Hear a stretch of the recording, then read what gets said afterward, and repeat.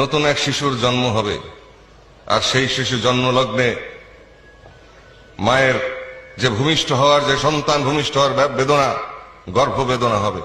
সেই বেদনা, আমার বাংলা মাতার বেদনা উঠতে পারে, সেই বেদনার সময় আমাদেরকে পাশে থাকতে হবে।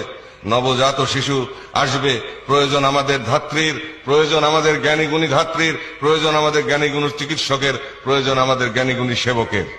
আর সেই সেবক তৈরি করার নিরলস প্রচেষ্টায়, কেবলাজান হুজুরের আদর্শে আদর্শিত হয়ে, কেবলাজান হুজুরের শিক্ষায় শিক্ষিত হয়ে, কেবলাজান হুজুর প্রদর্শিত পথে আমরা আমরা পরিক্রমণ করে, কেবলাজান হুজুরের প্রদর্শিত পথে আমরা চলে, আমরা সেই পথেই লক্ষ্য অর্জন করতে চাই।